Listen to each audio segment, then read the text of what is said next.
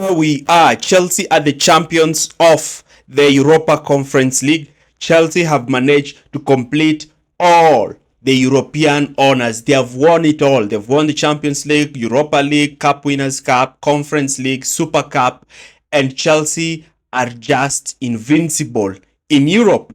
And there's a lot of things that happened in this game. I told you to predict who was the man of the match. Turns out nobody predicted, and actually Cole Palmer again coming up with 2 assists, crucial assists, and we're going to look at how did Palmer achieve this, because this is just out of this world, because this is just one world-class player, and he stood up and won Chelsea the game actually. And I'm going to dive tactically in depth about this Chelsea 4-1 victory over Real Betis, because I believe it was a very tactical game.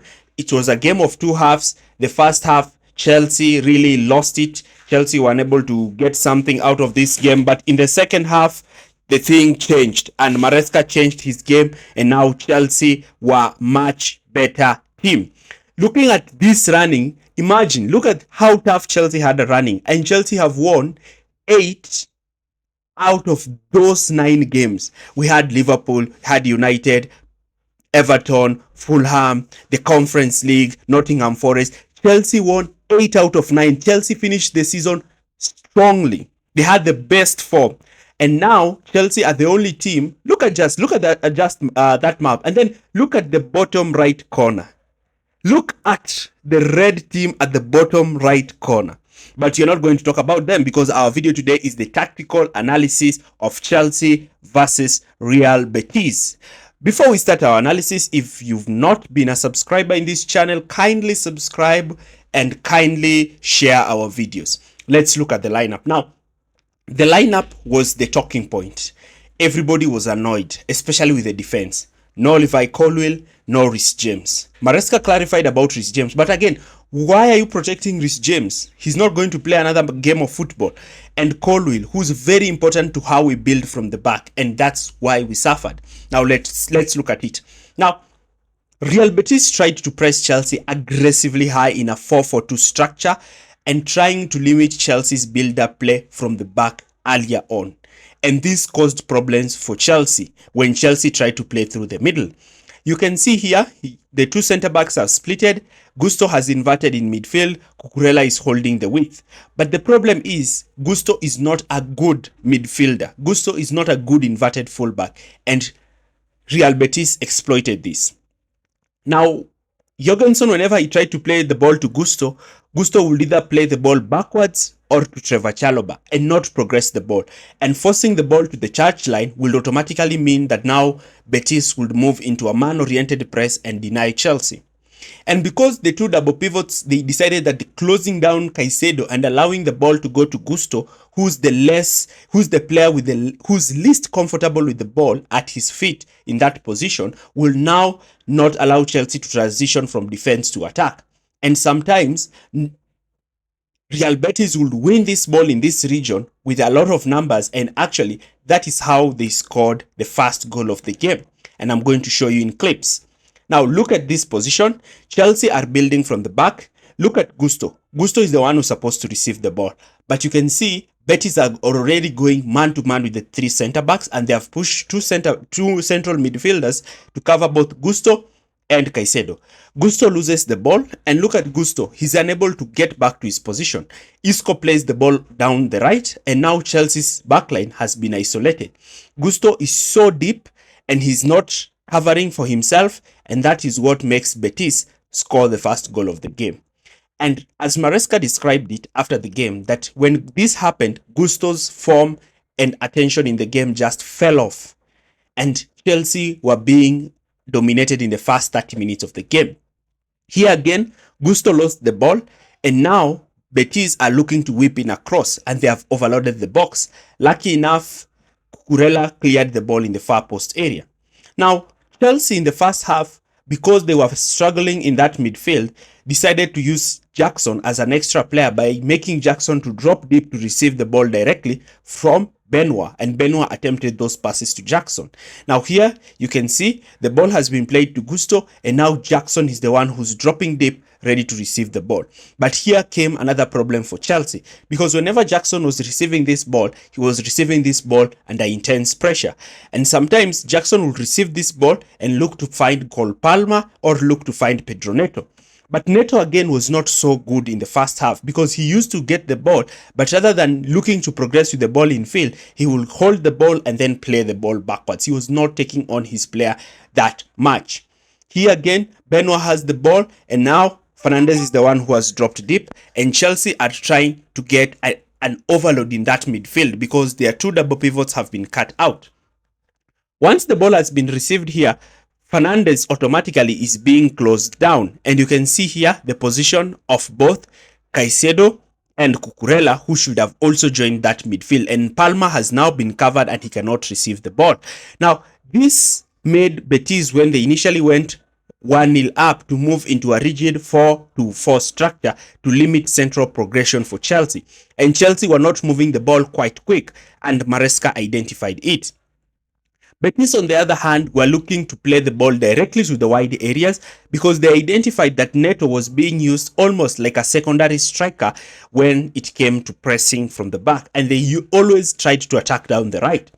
They also exploited Gusto, who they identified to be weak and who they identified to be the least comfortable player in possession, and also not quite strong when it comes to winning his duels.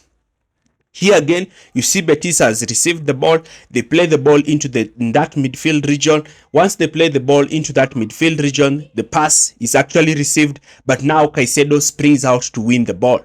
Now, when Betis were having the ball, they shifted into what we call a 4-1-5 structure, meaning that they only had one single pivot while committing a lot of players forward, with Isco joining the front line.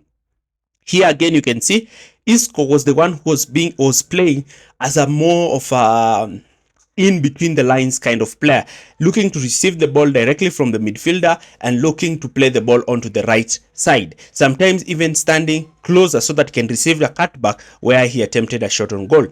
But all this was happening because Betis identified that the right hand side of Chelsea was a huge problem for them.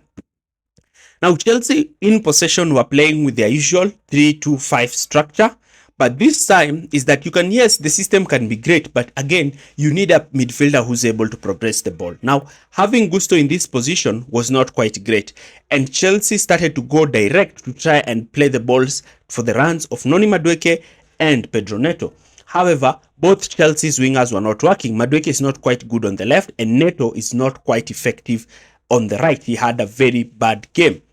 Here again, Chelsea now have pinned, and now Real Betis are sitting in a much deeper 4-4-2 structure with Chelsea's 4-3-5 structure, as Chelsea are looking to try and overload. And when Reece James came on, we started to see one aspect of Reece James's game, and that is playing balls into the far post region. And when Reece James came on, he now started to draw players to himself because he was able now to make that pass.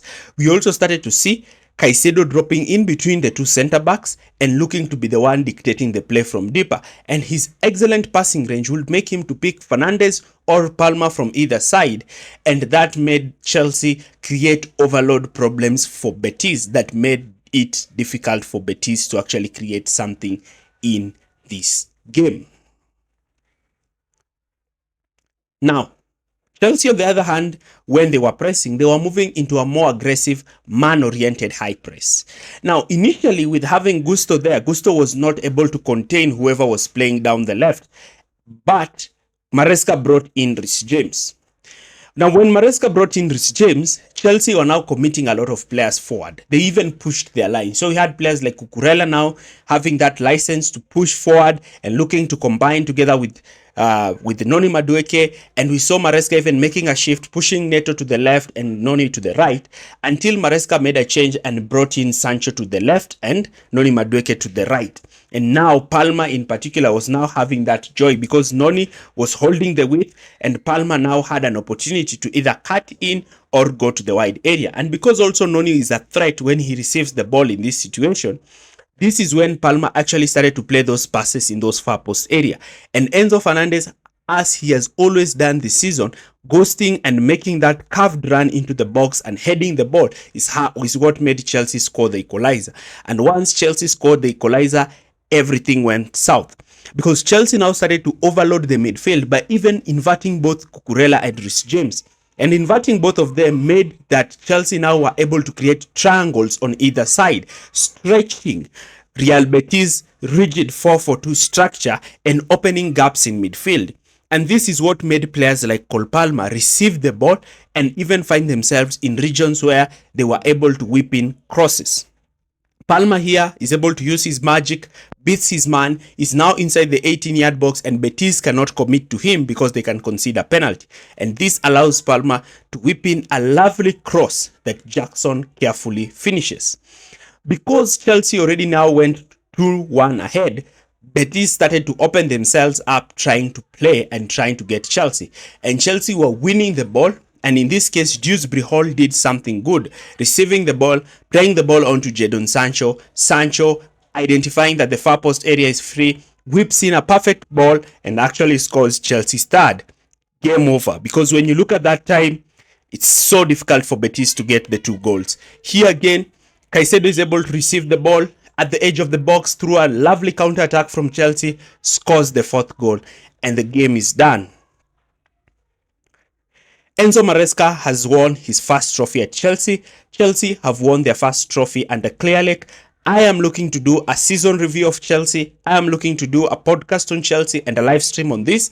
But there's a lot that happened in that game, and this is just a fraction of what is happening. And I might actually do another tactical analysis to see what tweaks Maresca made in the second half that gave Chelsea the edge. Otherwise, if you've enjoyed this video, do not forget to like, share, and subscribe. We'll be looking to do more and more videos for you so that Chelsea can look to progress into the next level. Thanks for watching and see you in our next video. Bye.